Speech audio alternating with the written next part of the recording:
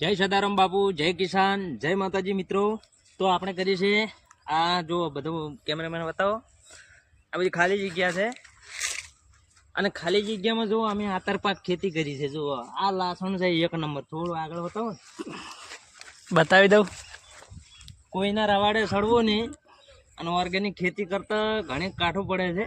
એટલે આપણે છે ને જે સરળ ખેતી છે એ જ કરવાનું. યુરિયા અને ખાતર જે કેમિકલ વાળો આવે છે એ મિત્રો બંધ કરી નાખો. ઓર્ગેનિક ખેતી તો ખાલી સોણિયાથી જ થાય, બાકી કોઈ દવા આવતી નહીં. બરોબર, આ બધું એમને એમ છે. સોણિયું ખાતર નોચીને જ ખાલી કરી છે, નથી કોઈ યુરિયા નોચી. જોડ ખાલી ડુંગળી જુઓ તમે, ખાલી ખેડૂત ભાઈઓ ડુંગળી જુઓ, ખાલી આમ ઓર્ગેનિક ડુંગળી છે. જો એક નંબર ડુંગળી છે. બરોબર, અને આપણો વિડીયો ગમે તો શેર કરજો, કમેન્ટ કરજો અને લાઈક કરવાનું તો ભૂલતા નહીં. પણ કોઈના રવાડે સડતા નહીં, જાતે મહેનત કરો. અને યુરિયા અને દવાએ તો ખાસ કરીને દવાઈથી બસો ને, કે કંપની હાડાવાળા તો ઘણા બેઠા છે. તમે મૂર્ખ થઈ જાઓ છો. આપણે ઓર્ગેનિક ખેતી કરો. બરોબર, કોઈના રવાડે નહીં છોડવું, ને કે આપણે ખર્ચા લેણા હોતા આપી થઈ જાય. કોઈ દવા વાપરવી નહીં કેમિકલ વાળી, ને કે આપણને કેન્સર થાય. આપણે ક્ષેત્રમાં વખત કેન્સર કેમ થાય? આપણને થાય.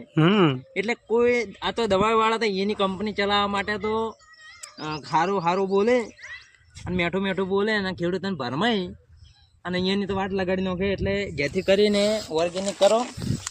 અને ખાલી આ લાલ ડુંગળી છે, જુઓ ખાલી લાલ ડુંગળી, લાલ ડુંગળી એક નંબર લાલ ડુંગળી છે. ખાલી ઓર્ગેનિક સોણિયું ખાતર ના જોઈએ. સોણિયું ખાતર આ પેલી સાઈડ ઢગો પડ્યો છે. બરોબર, તો ગમે તો શેર કરજો. જય સદારામ બાપુ, જય કિસાન, જય માતાજી.